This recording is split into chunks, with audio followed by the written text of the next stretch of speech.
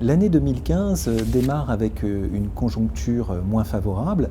Pour autant, quelques signaux laissent entrevoir une possible amélioration de la situation dans les mois à venir. Les difficultés sur le début de l'année 2015 en termes de prix du lait à la ferme sont à mettre en liaison avec une forte diminution du prix des produits laitiers sur les marchés européens et internationaux. Et cette baisse est particulièrement prononcée pour les poudres de lait.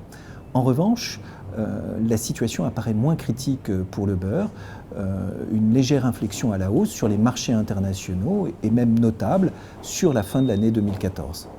La baisse du prix des produits laitiers sur les marchés internationaux est la conséquence du dynamisme très soutenu de la production laitière un peu partout dans le monde, à commencer en Nouvelle-Zélande et dans l'Union européenne, qui accapare à eux deux environ la moitié des échanges internationaux de produits laitiers. Mais dans ces deux zones, la production laitière présente actuellement quelques signes de fléchissement. En Europe, les producteurs laitiers allemands, qui sont sous la menace de payer des pénalités records pour dépassement de quotas lors de la campagne actuelle qui se clôture au 31 mars 2015, ont considérablement réduit leur production sur la fin de l'année 2014. La France présente une évolution de sa collecte assez similaire à celle de l'Allemagne au cours des dernières semaines, même si la France n'est pas sous la menace d'un dépassement de son quota national sur la campagne 2014-2015. Après un début d'année assez dynamique, la collecte laitière tend actuellement à se ralentir en France et à la rejoindre depuis la deuxième quinzaine du mois d'octobre 2014 le profil d'évolution de la collecte de l'année 2013.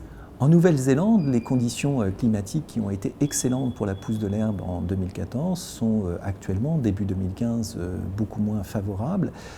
Les sols sont très secs, en particulier dans l'île du Sud. Et dans plusieurs comtés de l'île du Sud, il y a actuellement des restrictions à l'irrigation des pâtures qui sont pourtant une pratique assez courante à cette période de l'année, la Nouvelle-Zélande étant à contre-saison de l'Europe et se trouve donc actuellement en plein été.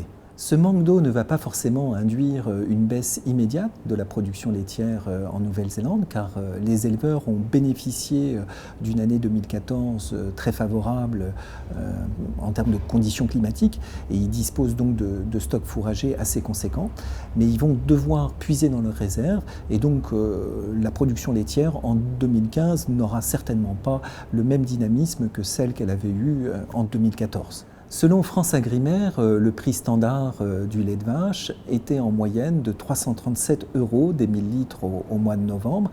Et sur les 11 premiers mois de l'année 2014, le prix moyen est de 369 € des 1000 litres. En incluant les données du mois de décembre qui ne sont pas encore disponibles, le prix annuel moyen de l'année 2014 devrait vraisemblablement être supérieur de 6 à 7% à celui de l'année 2013. En ce qui concerne l'ensemble des charges d'exploitation, l'indice IPAMPA de l'Institut de l'élevage montre une très légère tendance baissière. Alors, le poste d'alimentation qui est représenté en vert sur ce graphique présente une baisse assez significative depuis le début de l'année 2014, mais il n'a pas eu une incidence très forte sur l'indice général qui est représenté en bleu, car d'autres postes de dépenses ont augmenté en parallèle.